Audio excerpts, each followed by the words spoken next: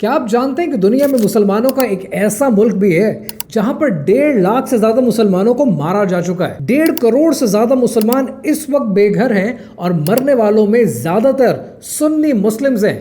دنیا اس پر خاموش ہے and the worst is کہ آپ کو اس کے بارے میں پتا تک نہیں ہے۔ The country that I'm referring to is Sudan, اور سوڈان میں چل رہی ہے اپریل 2023 سے خانہ جنگی۔ 2 فوجیں جو سوڈان میں موجود ہیں اور مسلمانوں کی یہ 2 فوجیں آپس میں لڑ رہی ہیں۔ اس وقت شمال اور مشرقی سوڈان پر قبضہ ہے سوڈانیز آرم فورسز SAF کا، اور اس میں خرطوم کا شہر بھی شامل ہے، اور جنوبی سوڈان پر قبضہ ہے RSF کا یعنی ریپڈ سپورٹ فورس، اور اس کے اندر ڈارفور کا علاقہ بھی شامل ہے۔ خانہ جنگی اس حد تک جا چکی ہے کہ الفشیر کے علاقے میں لوگوں کو کھانے کو نہیں مل رہا۔ لوگ اس وقت جانوروں کی خوراک کھانے کو تیار ہو چکے ہیں، اتنے برے حالات ہیں۔ لیکن یہاں پر ایک سوال آتا ہے کہ 2 مسلمانوں کی فوجیں آپس میں کیوں لڑ رہے ہیں؟ For one simple reason کہ 2011 میں سوڈان کے اندر سونے اور تیل کے بڑے ذخائر دریافت ہوئے، اور جیسے یہ ذخائر دریافت ہوئے non Muslims of south Sudan انہوں نے اپنی آزادی کا اعلان کر دیا، اور ان کے اعلان کرتے ہی دنیا کی عالمی طاقتوں نے سوڈان کو علیحدہ ملک